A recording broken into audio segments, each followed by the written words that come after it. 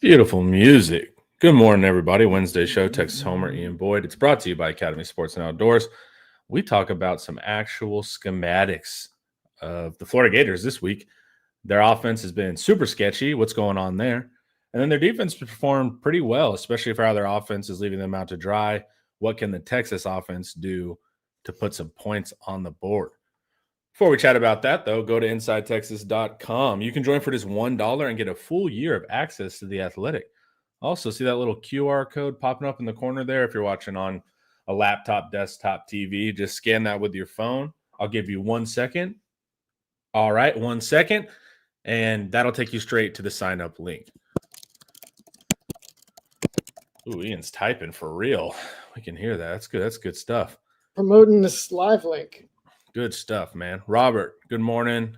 AR, good morning. Yeah, we have SEC play.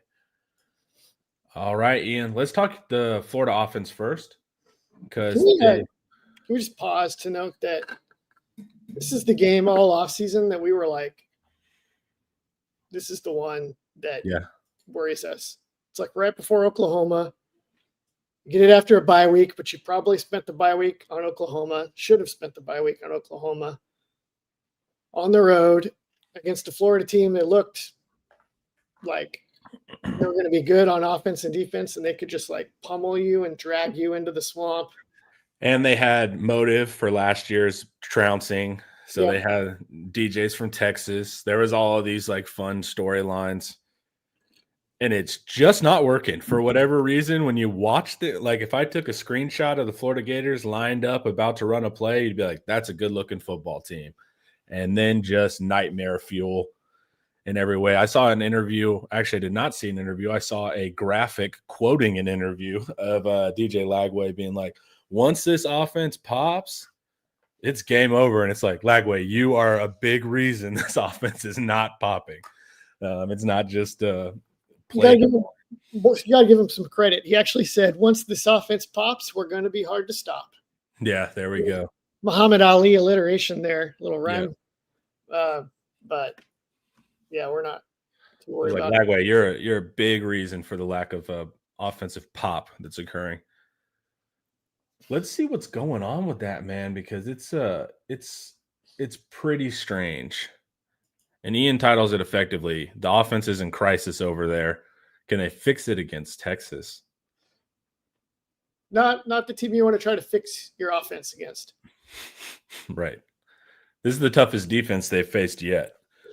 And they just struggled to execute. So let's just give a quick little personnel update. They have a big tight end named Hayden Hansen. He catches a lot of their underneath stuff right now as well. And then, of course, they have Jaden Baugh, who's an absolute baller, one of the best backs in the country. If Napier gets fired, he'll go to the highest bidder somewhere, hopefully to a good team, and you'll see how successful he can be.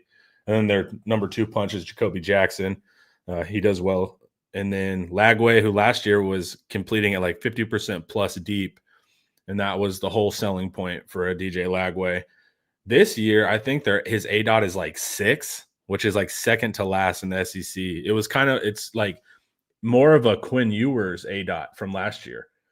They're not targeting deep a lot anymore. They're doing these like kind of quick game stuff. And if you looked at his stats last year, he was weak in intermediate and quick game passing. For some reason, they've decided to make that the focus of the offense. Maybe Ian can illuminate that more, but seems like a strange choice to take away your guy's best feature. But teams are. You want to just scroll down we can come back here. I'll scroll down and I'll show you why. This is how teams are too far. I want the screenshots. Okay. This is how teams are like aligning against them. So this one, LSU's actually going to blitz. The linebacker that started to creep forward is going to blitz and be replaced by the safety. And to the wide side where they have those like stacked twin receivers, you've got a corner playing way off. You've got a nickel, Harold Perkins, who's basically in the box. And then you got the safety who's, I believe, rotating deep. So it's not like there's not a ton of space in the deep field. there's so much opportunity underneath if you could just hit quick timing stuff to punish them. If you scroll down to the next one with Miami, barely disguised single high. The nickel's going to get out more directly on that receiver. The field receiver has 10 yards of space for your release. And that deep safety is going to get really deep. And then you got 1, 2, 3, 4, 5, 6, 8 in the box. So you don't really want to run. Throwing deep is hard. Also, they don't get open. That's probably the biggest issue is they don't. I was going to say that they're lacking the playmaker at wide receiver. They're giving you you can just try to throw well-timed stuff underneath against soft zone or man coverage, and we will live with it. And that they're living with it. They're living well. I was going to say they're having a good life because they're not able to do that.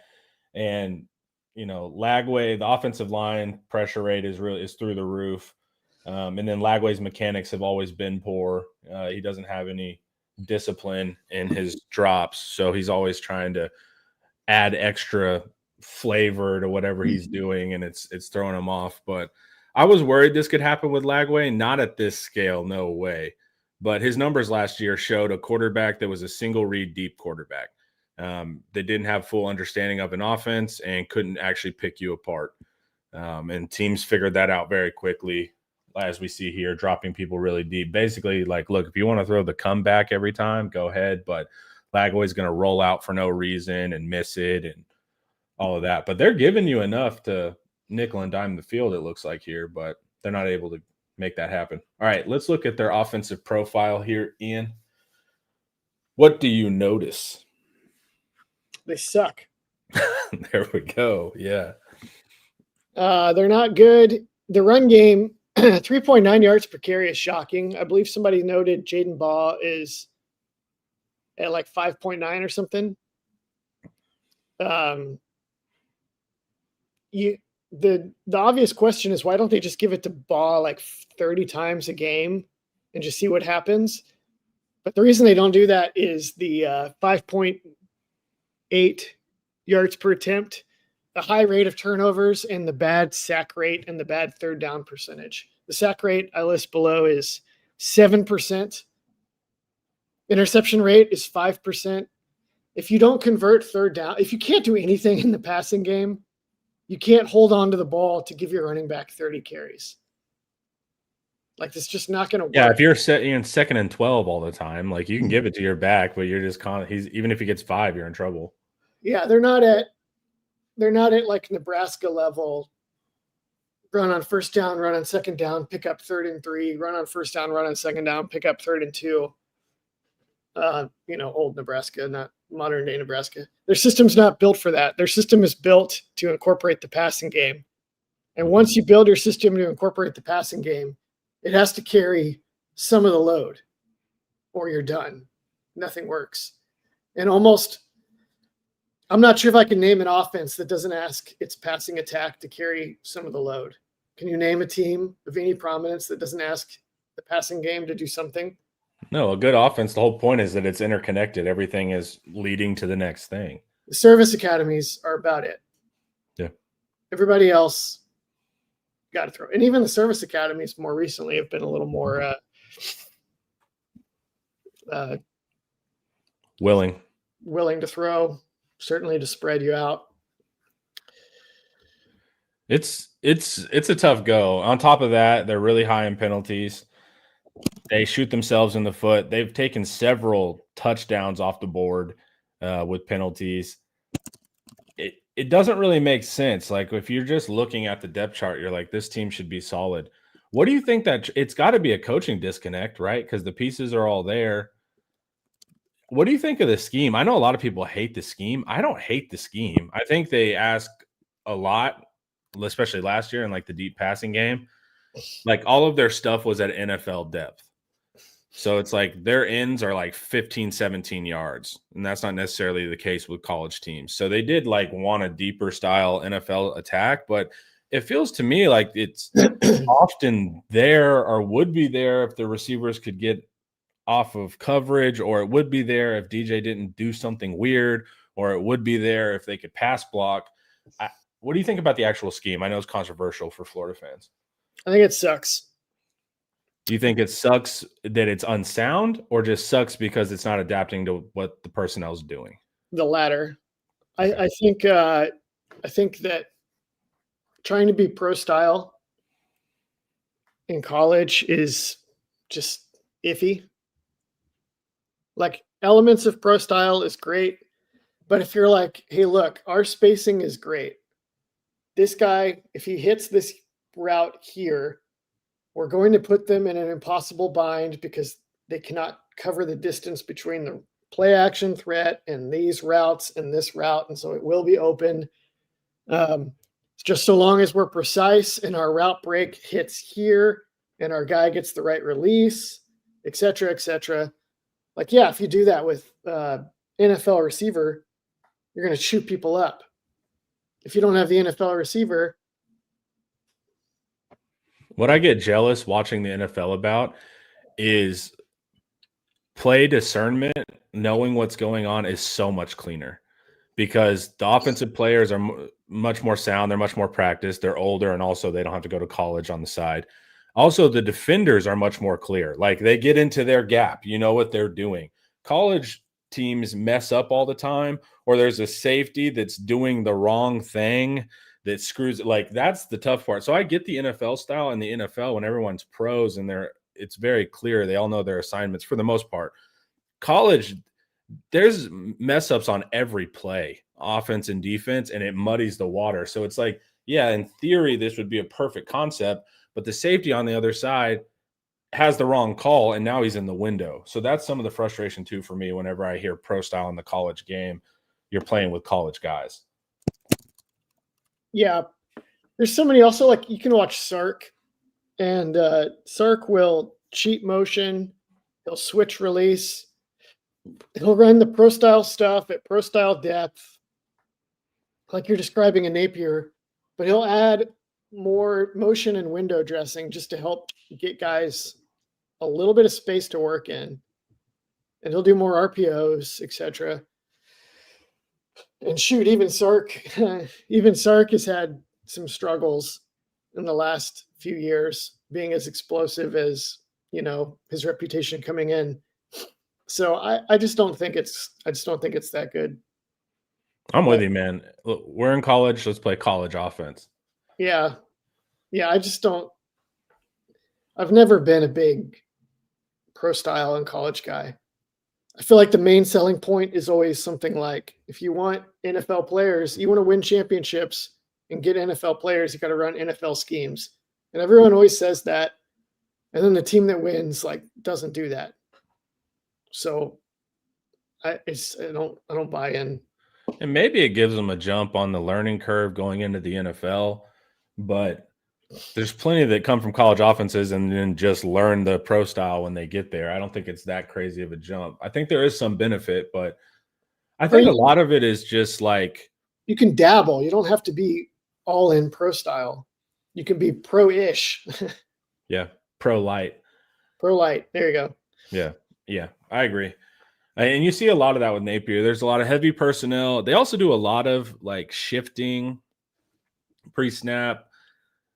And I was talking to Paul about this, and this is mostly, I think I mostly picked this up from the LSU game, but they were doing a lot of shifts, and DJ clearly doesn't see the defense well. And to me, I would just like them to be more static. That way DJ can at least walk up the line, have a good 6 seconds before the snap to really look at what's going on. But a lot of the time he's orchestrating and having to think and look left and right and make time these stuff. And it just doesn't give him a lot of time running down the play clock to really look at stuff. There's occasional angles on the broadcast where they'll show the quarterback face on where he's looking at the defense. You just see his face. And I try to pay attention to that where they're looking.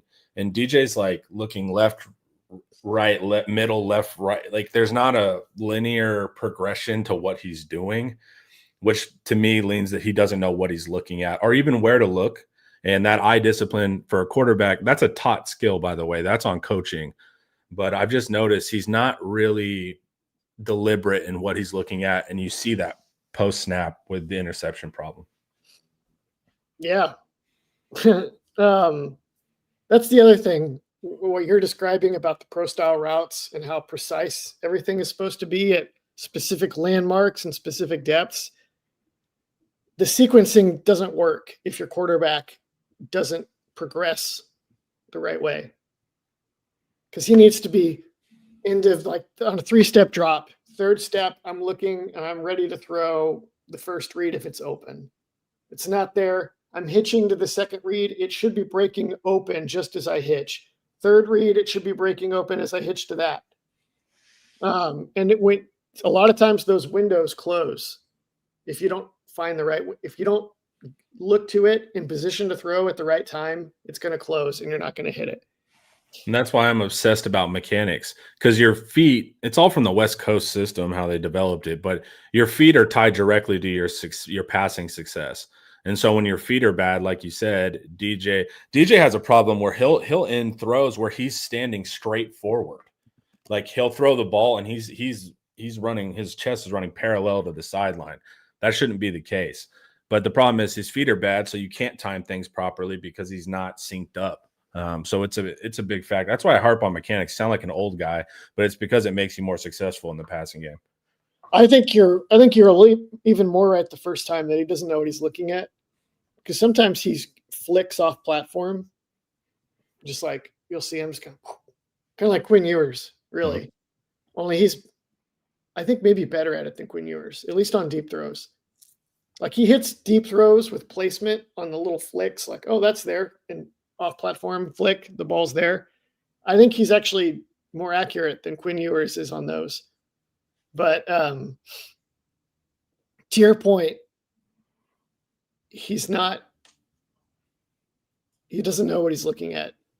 He doesn't know the right timing and when things are going to be there and why. At least it doesn't seem like he does. And that's coaching, man. Like you have to. Well, he's I don't know, man. Like, yes and no. He's a sophomore. He's a 5-star recruit. He saved the coach's job last year with pure talent, even while he threw 9 interceptions. And then he missed an enormous chunk of the offseason with different injuries.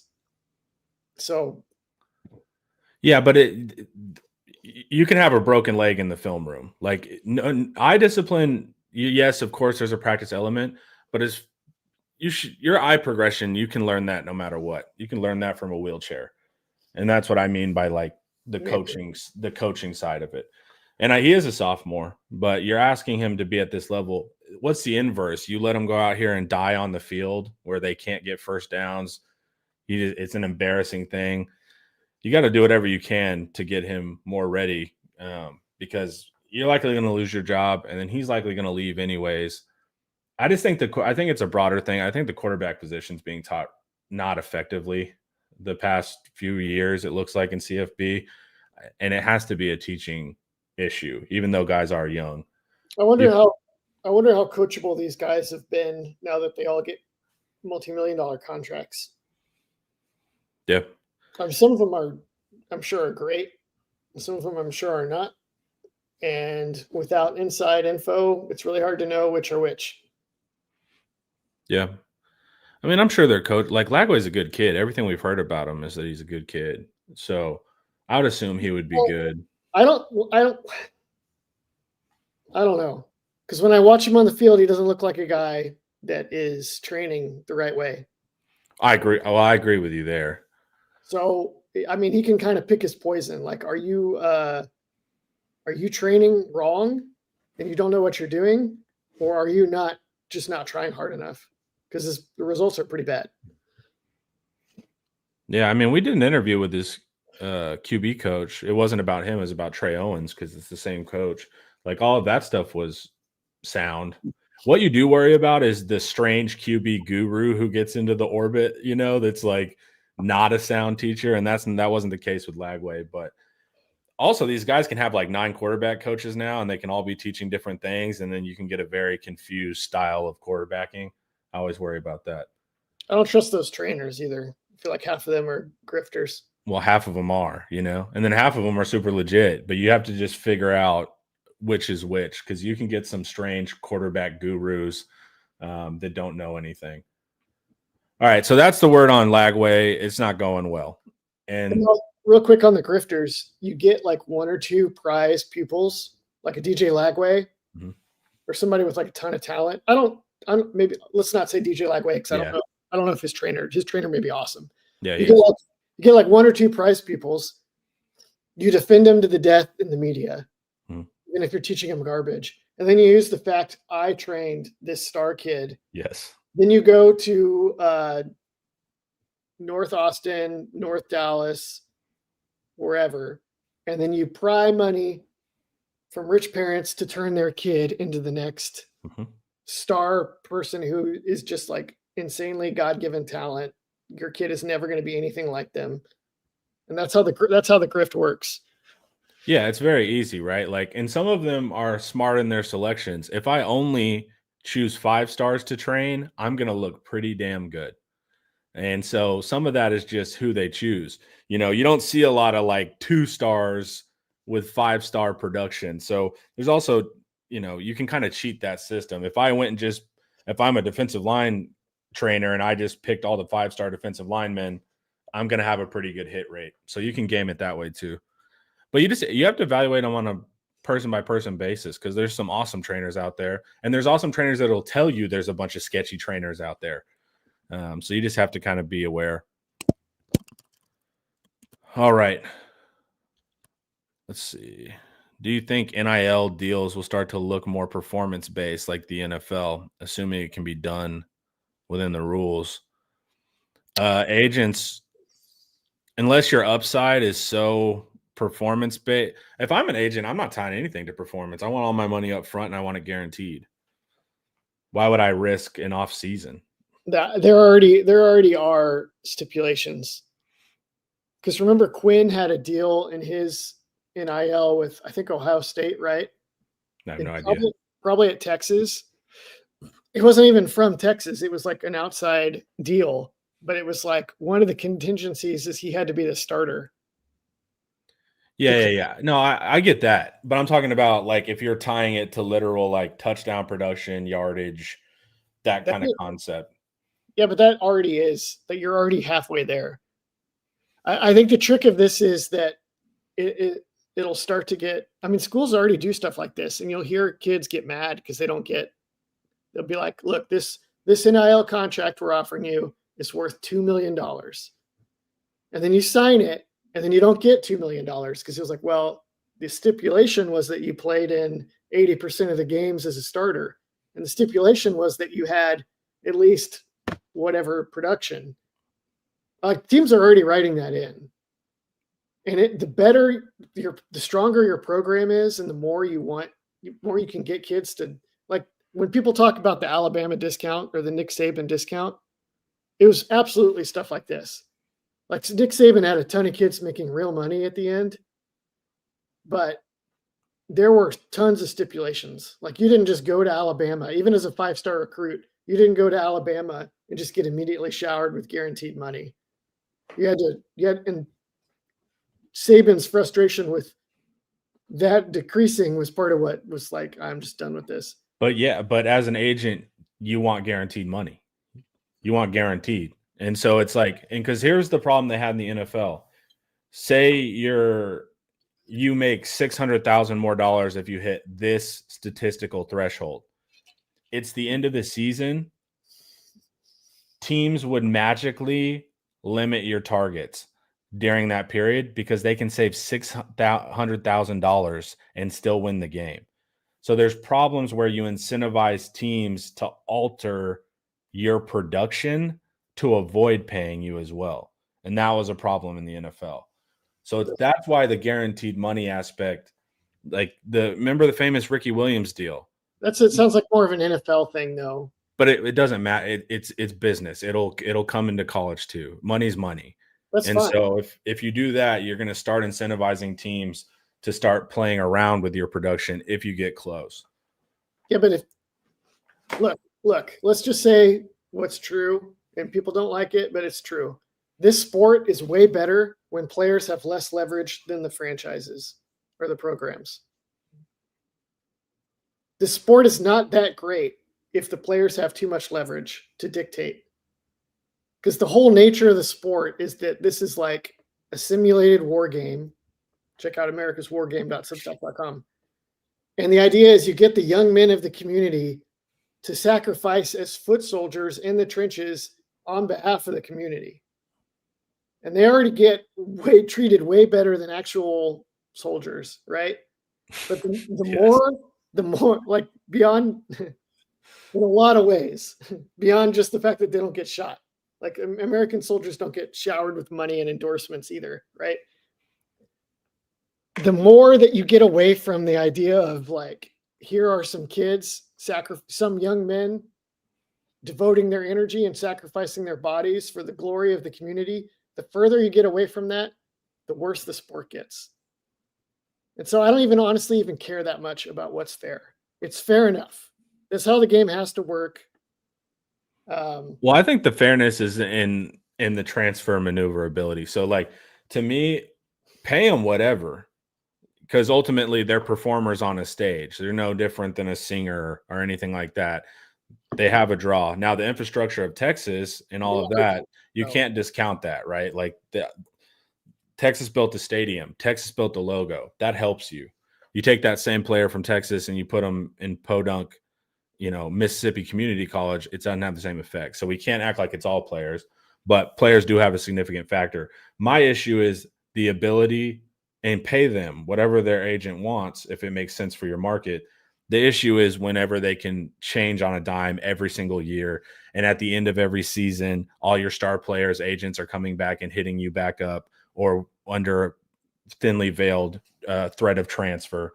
That's what I think. So it's like, let them have all the money, but we do need to limit the constant showing back up and jacking the price up. It's the same with the NFL. There should at least be like you should sign at least a 2-year deal with the team, maybe 3, and then you pay them the money that they're guaranteed. You don't play with their money, but the movement is where it gets a little tricky.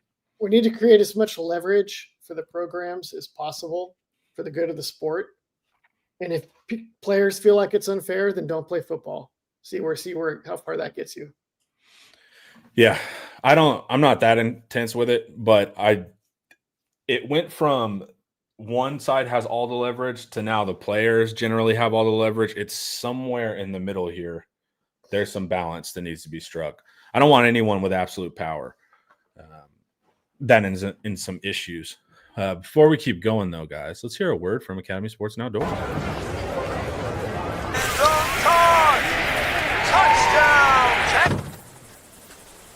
Any gate can be a tailgate.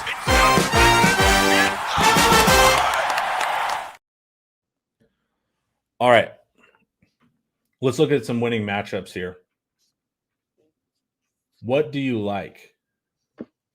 What can we exploit on Florida's defense? I think 3 big ones that I identified in the article. I'm sure there's specific matchups up front that are probably decent for Texas.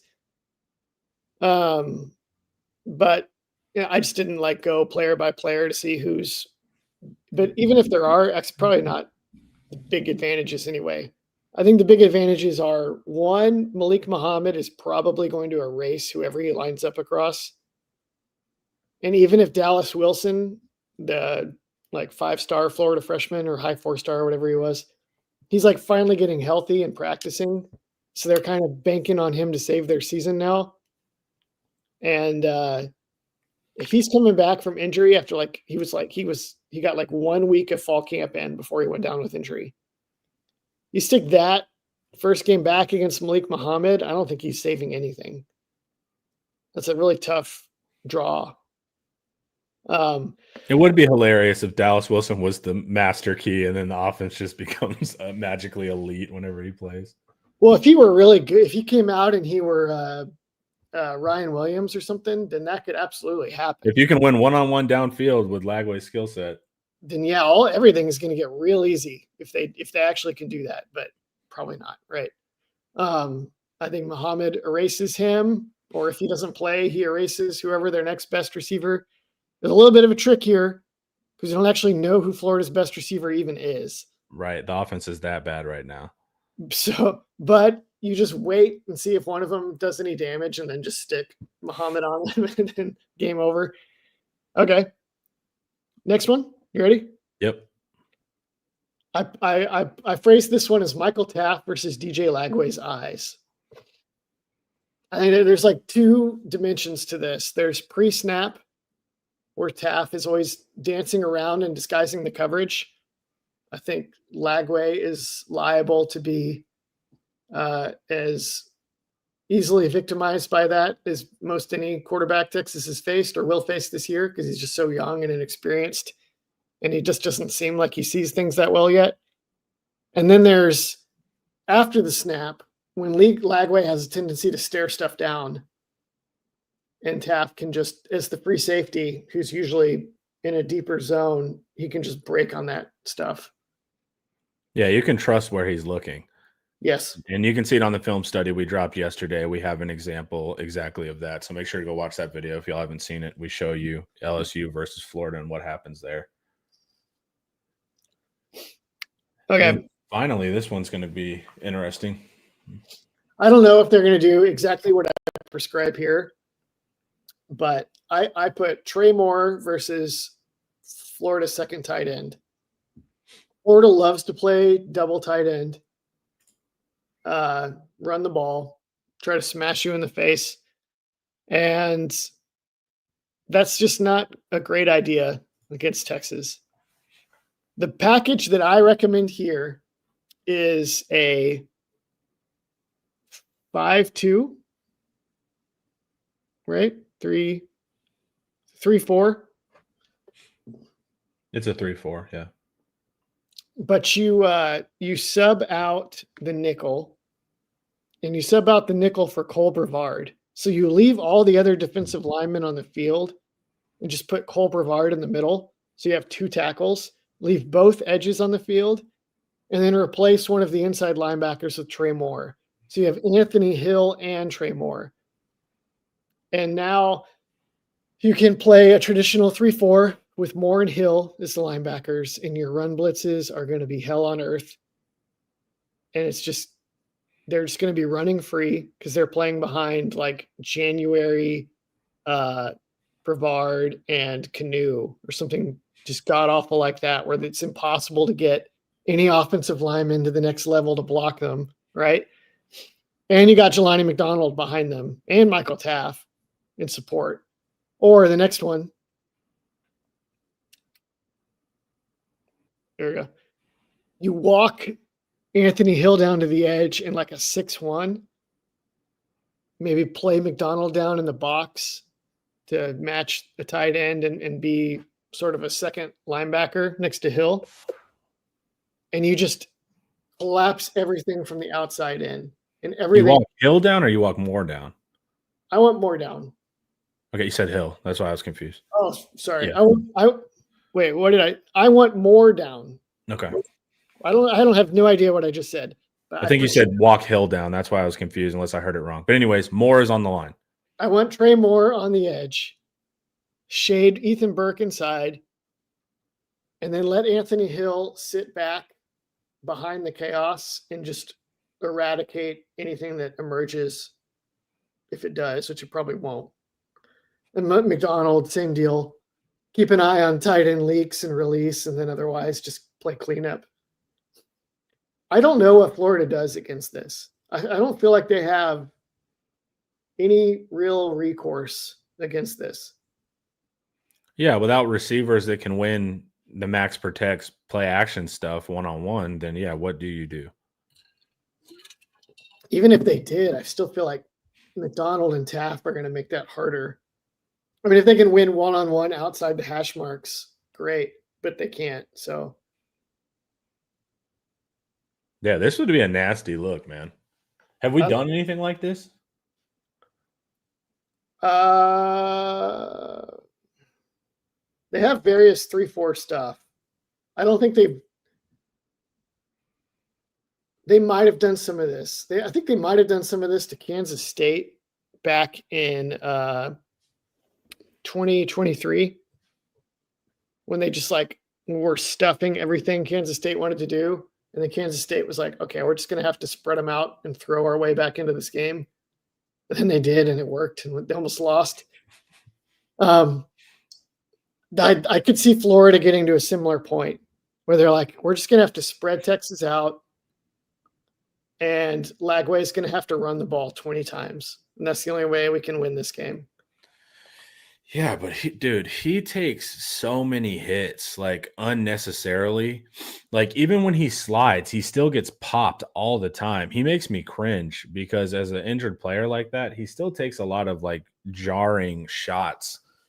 So running him maybe gets you the win versus Texas, but then he's out for a month again. I think you have to really try to balance his running. I mean, this is the game that can get you fired, but yeah. There's nothing to balance. There's no game 7. This is game 7. There's no game 8. Yeah, because especially it's after the red zone or the red shirt. Yeah. So then all your players are forced to play. They can't just hold out, which I'm sure doesn't feel good as a player knowing that they're trying to trap you, but it is what it is. Texas Jasper asks, since very few of our top players ever stay more than 2 years, how could they ever execute Sark's offense consistently?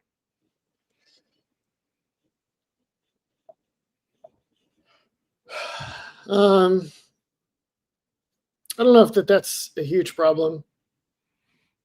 I think the problem they've had has been more, I want to say it's more missed evaluations than it is development. Like this year, maybe it's sort of development, but everything would be a lot easier if they had even a Jonathan Brooks level running back. Right? Yeah. Yeah. And probably if Emmett Mosley was actually healthy, had actually been healthy, and maybe he will be, and we'll see how different we'll see. Yeah, we'll see tonight. The injury report comes out tonight. And then like the previous 2 years, well, I just don't know if that's quite it. I think if they had as good a players as you would think from some of the recruiting rankings consistently, then they would look a little better. You can argue that the complexity is why that hasn't happened. I'm not sure about that. Maybe. I mean, I do wonder if the lack of, not fourth year guys starting, if that's eventually going to cut out some of your learning curve. I don't think it's a crazy observation, but I would just need to look at it and really think about it because, there's some depth to it. Yeah, I think that he's on to something, but I don't know that I'm not sure the verdict is quite in on that. Yeah, something to pay attention to type of thing. The offensive line is where that's like maybe the most worrisome. That feels like a lot of missed evaluation though too, but I think though that some of it is for sure missed evaluation, but some of it is also how much scheme and how much they want to run requires that everyone have a really like Oklahoma State in their heyday under Mike Gundy. Like we want inside zone offensive linemen. So we're going to get guys that look like they'll be good at inside zone. Then they're going to redshirt and get beefed up by one of the best strength coaches in the country, Rob Glass. Then we're going to train them on the fine points of inside zone blocking for 3 years until most of them even ever see the field. You know what I mean? And so like when you narrow cast like that, you can turn guys into really good inside zone blockers. And you're like, wow, Oklahoma State always has a really good running game. And then you check the NFL draft and you don't see Oklahoma State get that many guys drafted from the offensive line, like one every 2 or 3 years, probably, right? In their heyday. They had years where they like dominated teams without a single NFL draft pick on the offensive line. Texas is trying to do a million different things on the offensive line. We've got Kyle Flood explaining to me that they don't even go into fall camp for sure knowing what their base running schemes are going to be that year. Nope. It's you're asking a lot of these kids to be able to all 5 of your starters have to like get on the same page with multiple schemes to make them work. All in different phases and years of development. Yeah, that's a huge ask. And like if you had 5 Kelvin Banks every year, it'd probably be fine. But that you don't. But it's also tricky, right? Like when you have the Kelvin Banks, it's really tough because Texas wants to be a developmental program, and they are with NFL draft success. But they're going for NFL traits. And the NFL traits guys that are really highly ranked aren't generally going to sit on the bench and wait till year 4. So you also have, and then you have to force this middle class that is like, look, you're good, but you're not that. So you have to wait. But if they don't pan when they do wait, then you're just kind of SOL. So that's where we're in this weird mix of like some developmental guys like a Stroh, and then you have a Trevor Gooseby who's going to go 3 and out. It's a tough mix trying to time that up correctly. And if you miss any evals, then you just might have a gaping hole at this position or that position. So it's also a different kind of style. At Oklahoma State, those guys didn't really have a ton of options, right? So it made sense for them to wait and cook. It's a little different now because you have different timelines. This player's not going to wait that long. They'll transfer. They deserve X amount of money for their skill set. That part seems a little harder to manage too in the modern era. The best I've ever seen was one of the best I've ever seen was the run that Bill Bedenbaugh had with Lincoln Riley, where they were taking in mostly like low 4 stars, kind of like raw athletes, the kind of guys that it seems like Kyle Flood should be targeting, and then he would mold them in a pretty wide but not super wide array of scheme, and they were just like cranking out NFL players every year. And it was all like 3rd and 4th year guys, but they were all like Cody Ford type guys or Orlando Brown guys that were like, this guy's pretty raw. He's very athletic, so he has a lot of potential, but we're going to have to wait and see. And then they get with Bedenbaugh, and then you would see, right?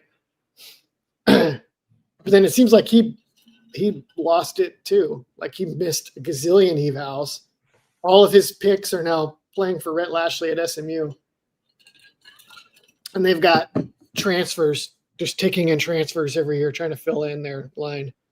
So it's tough. It's hard to knock. The modern era with NIL and O-line, it sucks. That's hard. That's a hard room to manage now, especially when you're bringing in top of the line players that have demands that need to be met other than hang out for 3 years so we know what you're doing. All right, let's talk Florida defense.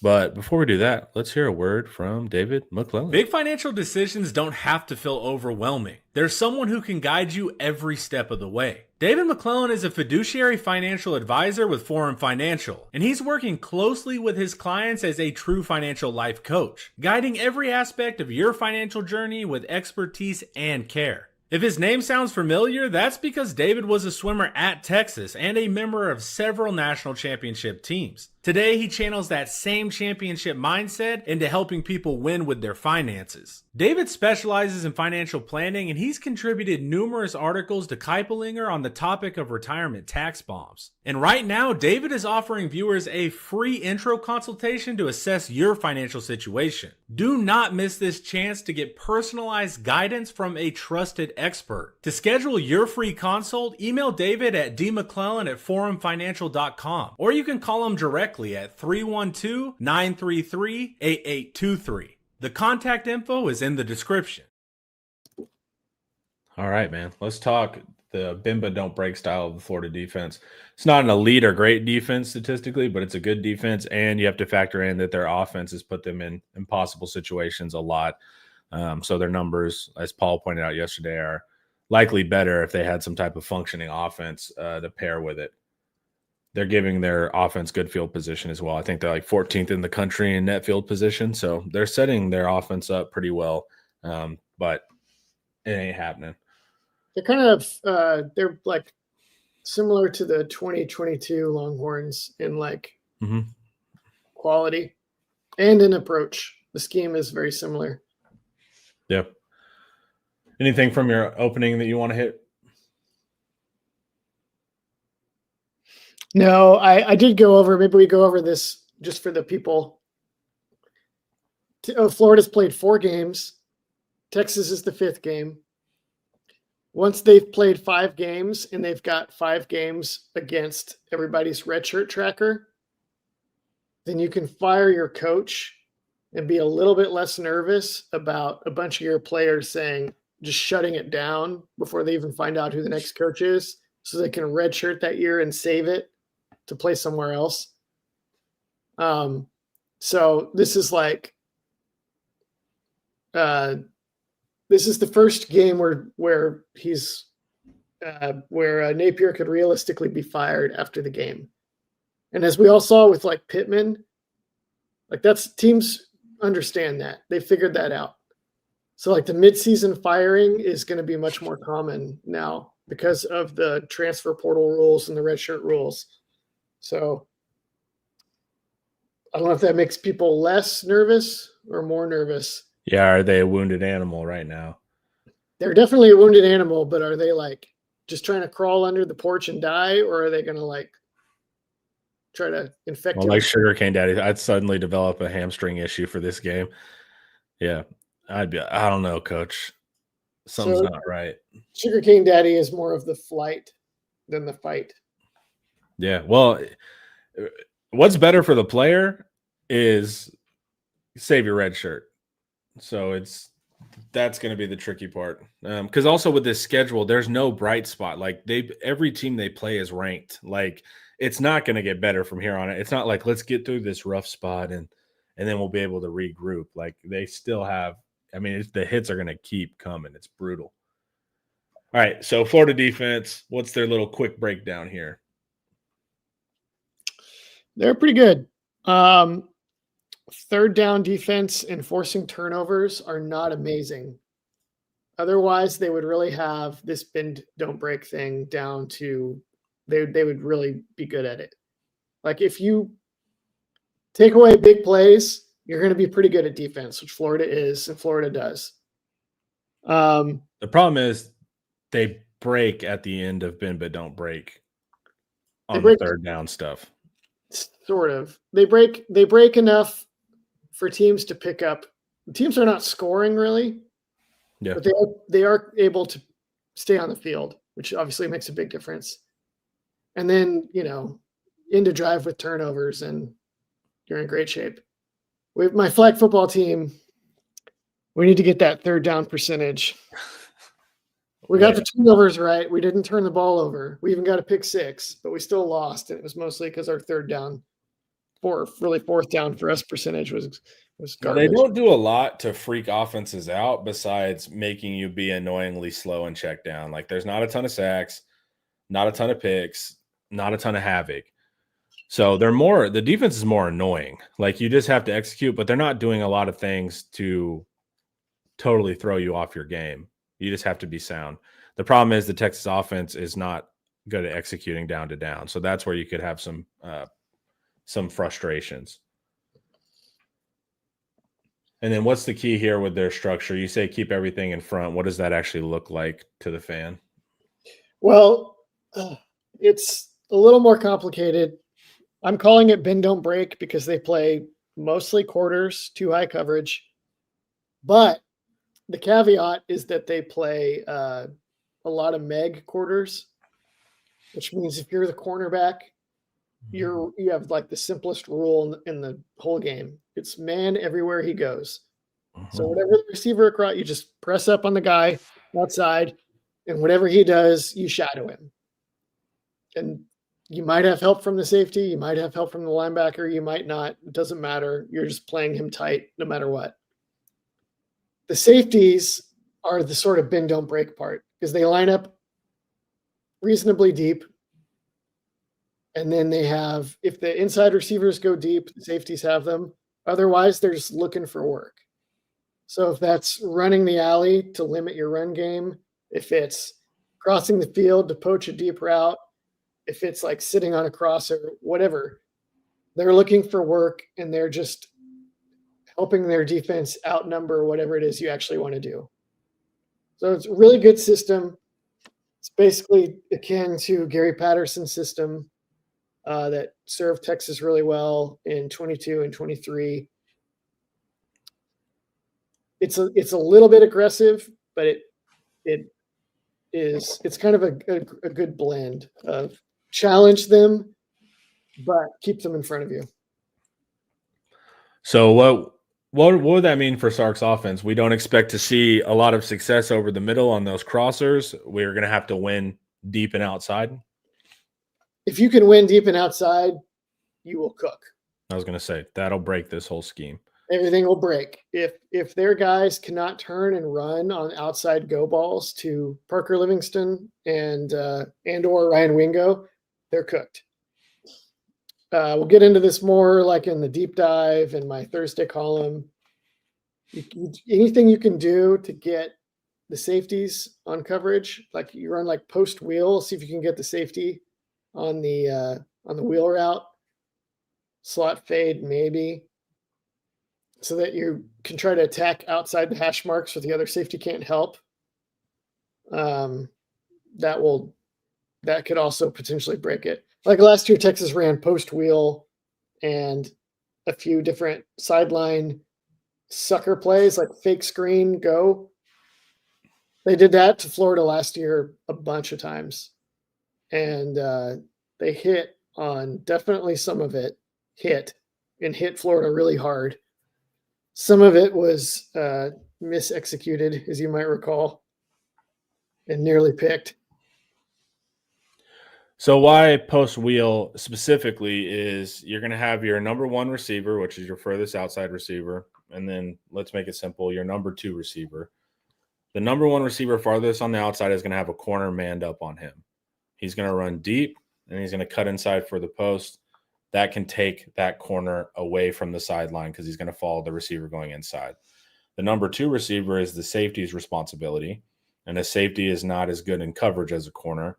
So you're going to take that corner inside on the post and you'll take that wheel that's going to wrap around that post and go outside. So now you have a safety having to come from the middle of the field to outside to cover a player that he's frankly not ideally matched up with in space. So that's why that combination versus this type of look or a quarters look in general has some value, unless they have some type of check built in where they can pass this off. All right. Yep. That's hard though if you're in press man. And if you play, and they're in legit press man, like they're walked up, they're not hanging out at 10 yards and then locking on. They might in this game because they're going to know that's coming. Yeah, for sure. But then you just free up. But now you've freed up Livingston and Wingo from having to beat press coverage, which is probably a pretty big win from what we've seen of those guys. Yeah, they need a lot of free room to get up to speed and run their stuff. Yep. All right. You talk about Denson, the nickel. Everybody, I think people are getting a little too excited that the guy Gates is out with injury. The safety, or is he a nickel? I think he plays nickel for them some. Denson is a good nickel. They're not playing a bum at nickel without Gates. He just doesn't have much. Like he's not good in the run game. Okay. I don't know what his size is, but when I was watching the all 22, I mean, he throws his body in there, but it's not a big body to throw. No, I feel like they rely on their safeties more anyway. He's like Jalen Gilbo last year. He's about of that quality. Does that seem fair? Is that too generous? I think it's a little generous, but not much. Okay, cool. And then on the edge, Tyreek Sapp, which is interesting. He's a popular name, but PFF does not like Tyreek Sapp this season for whatever reason. Whatever. Texas will pay attention to Tyreek Sapp, even if PFF says not to. Any other personnel stuff here that you want to mention? Their boundary safety, is it Bryce Thornton? Yeah. Something Thornton. He is a pretty good player. He is 5'10", 210 pounds. So how's he going to look if he is turning on a wheel route like we described with, like, say, DeAndre Moore? I don't know. What happens if he has to try to pick up cheat motion from like jack injuries or something? I think there's going to be some opportunities to get after him down the field. Caleb Banks was a huge loss for them. Yes and no. They are surprisingly good defensive tackle without him. Yeah, they've had a good room. I mean, yes, he is a huge loss, but their roster does not look like a 1-3 roster. Yeah, it doesn't at all. If they get poached in the portal really hard, like you could feed 5, 6 national championship contenders. Yep. With just a few players each from Florida. They have so many dudes that are good. Yeah. So the winning matchups we already talked about. If Livingston and Wingo can win on the outside versus their manned up corners, then there's your explosives that you need if you can't execute consistently, which Texas has struggled with. You do want to hunt explosives here. This defense generally, wants to bend but don't break to stop that. But when the opportunities are there, man, if you hit them, it's going to make all the difference. Getting a lead on Florida is really valuable. You can kind of Ohio State it with us where you can get your lead and kind of hang out if their offense is struggling. So, hey, man, you get up 14, I think that's plenty. So that'll be a big factor. We just got to hit them when they're there, though. That's the big thing. So we tried to do in flag football. And then you didn't have the punter? Yeah, that's ball just over my son's fingers at safety. Touchdown. And then kid steps just out of bounds to avoid my son, gets upfield and scores to take the lead. And they do not call it out of bounds. Yeah. We got jobbed. Yeah. We gotta get the gambling out of the game, Ian. Those refs, they got you on flag football, man. He's a good ref. It's actually a good kid that's reffing, but I was gonna say you can't ask a lot when they're like, making what, $50 a day or something. Yeah, I don't blame the ref. I just wish that he saw it. I feel like I've been on the wrong side of that like 100 times in this league, and sometimes I'm like, am I off-putting somehow? Like, my team is always never, ever, ever on the like good end of a 50-50 call. Yeah. You need to start filming them. We'll do we can do our own deep dive on your flag football. We can get Paul in there. What are we doing wrong? What are we doing right out here? That'd be right. I think that might actually be entertaining. Yeah. All right. And then anything else here? You talked about the safety handling players to the boundary. And then you want to talk about the scheme matchup, Sarkisian versus Ron Roberts. And he was at Baylor, correct? Yeah. Yeah. Okay. So explain what you mean by the scheme matchup a little bit. If you read this, the second sentence, it says, if Roberts has a flaw, it's that his defense is somewhat static and easy to predict pre-snap. So they play a flexible brand of quarters on an enormous percentage of snaps. And the idea of the quarters coverage is that you have post-snap rules for your safeties in particular. It just helps make sure that you get like a numbers advantage or leverage on anything the offense does, right? And so you just go and you play base defense, and you're like, we're just going to line up, and we're going to make ourselves really hard to beat. Just being really good at this thing. And that'll make you a good defense, but nowadays it's hard to be elite doing that. Yeah. And the reason is that you'll face someone like Sark that understands what all your rules are, and then we'll just dial up. He'll dial up stuff to get your guys thinking one way, and then he'll set them up for a huge haymaker where he does something that breaks your rules, or like makes some guy make an adjustment that's really hard, and get like the wrong guy in the wrong spot, and he just gets overmatched. And he just does that in sequence over and over and over again. Like this is like Sark hates what UTEP did is Sark's least favorite thing ever.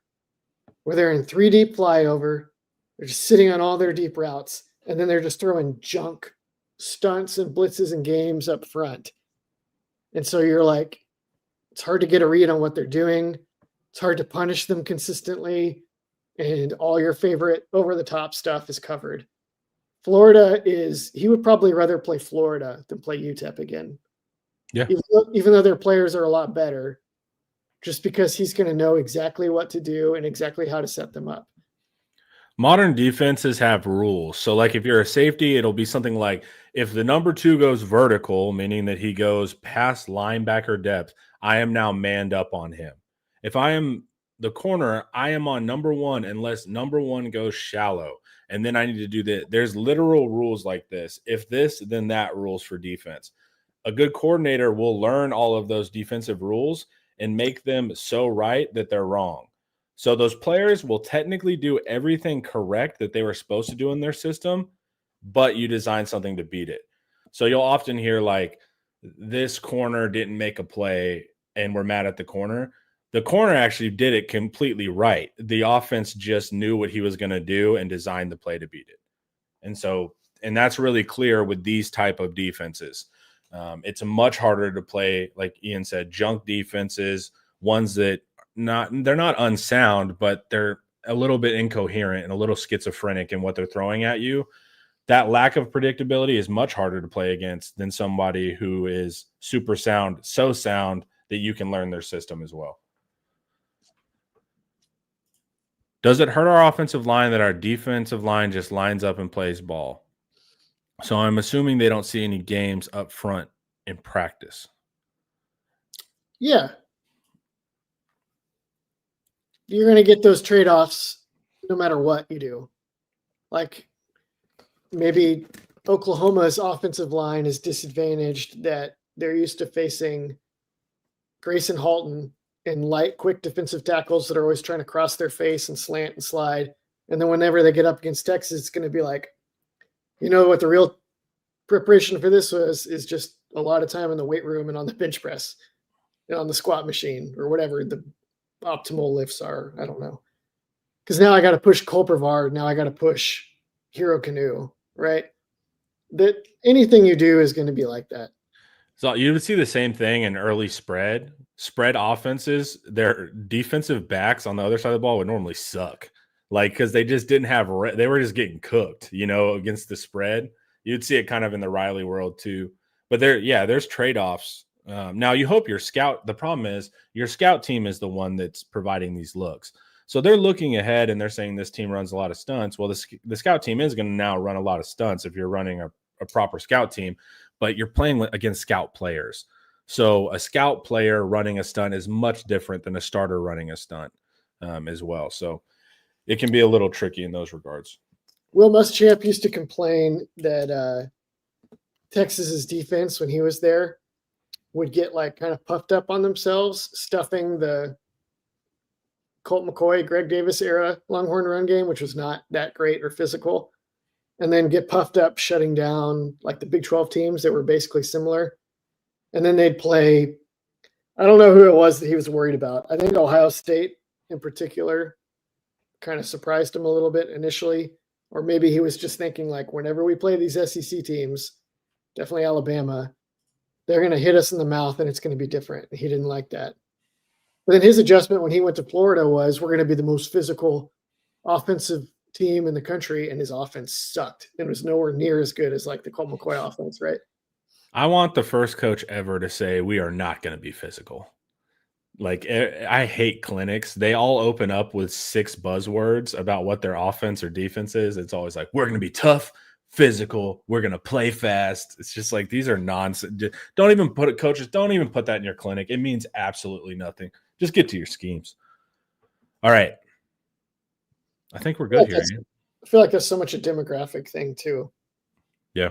Like you see it in different high schools. Like some communities just produce kids of different stripes. Yeah. Like you'll get a blue collar town where like that team is just going to be like scrappy and physical. You get like maybe a more upscale town and that team's going to be like fast and skilled. Yeah. There's often very little to do with the coach. Yeah, it just drives me nuts where they all say the same 7 things about what their team's going to be. And it's like, all right, well, let's get a little bit more creative on what we could possibly be. All right. We got a good slate. We got a Eric Q&A coming up today. We will also have a defensive film study with Drew and Jet. And then this evening, the live will be around the league where we bring on different content creators from other teams, as well as our own Cord Samuels representing Texas. And we talk about the big SEC matchups. But if you can't wait until then, guys, go to Inside Texas, join for just $1 single, and you'll get a full year of access to The Athletic. Pause the video here if you need it. This will take you straight up to our sign-up link, and it'll apply that promo automatically, so you'll be all set. Chat, thank you so much. Ian, thank you guys. Have a wonderful day. Peace out.